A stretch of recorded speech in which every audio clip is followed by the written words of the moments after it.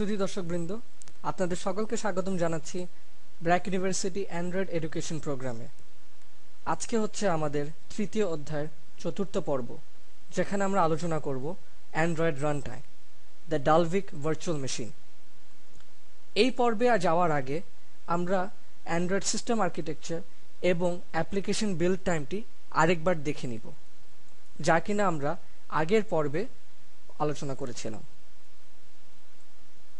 অবশ্যই এই পর্বের জন্য আপনার জাভা সম্পর্কিত প্রাথমিক জ্ঞান থাকা প্রয়োজন।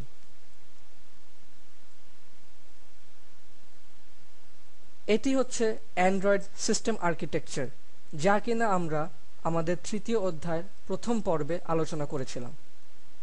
এবং এই সিস্টেম আর্কিটেকচারে ডালভিক ভার্চুয়াল মেশিনটি থাকে তৃতীয় স্তরে।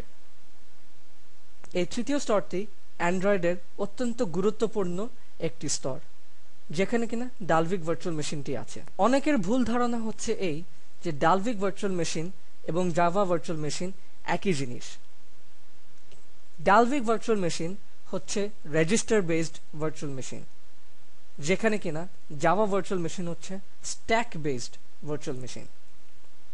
ডালভিক ভার্চুয়াল মেশিনটি তৈরি করা হয়েছে সেই সকল ডিভাইসের জন্য যেখানে কিনা ব্যাটারি, মেমোরি এবং প্রসেসিং অনেক সীমিত, যেমন ধরা যায় একটি সেলফোন।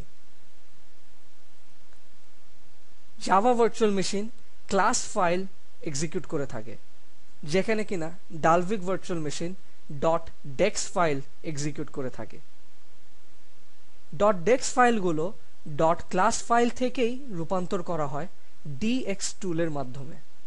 অ্যান্ড্রয়েডে যখন অ্যাপ্লিকেশন চলতে থাকে তখন সেই প্রত্যেকটি অ্যাপ্লিকেশন যার যার নিজস্ব লিনাক্স প্রসেসে চলতে থাকে, যেখানে কিনা ডালভিক ভার্চুয়াল মেশিনটি .dex বাইট কোডগুলো এক্সিকিউট করতে থাকে।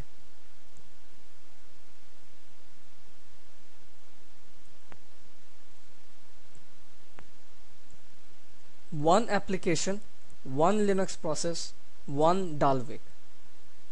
ধরে নিন আপনার অ্যান্ড্রয়েড সিস্টেমে 5টি অ্যাপ্লিকেশন একসাথে রান করছে।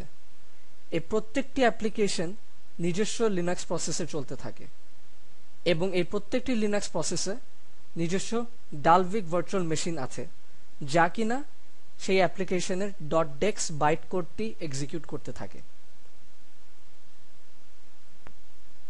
এই পর্বের সকল তথ্য উল্লেখিত এই লিঙ্কগুলোর সূত্র ধরে বর্ণনা করা হয়েছে। পর্বটি দেখার জন্য ধন্যবাদ। আশা করি আগামী পর্বগুলোও আপনারা দেখবেন।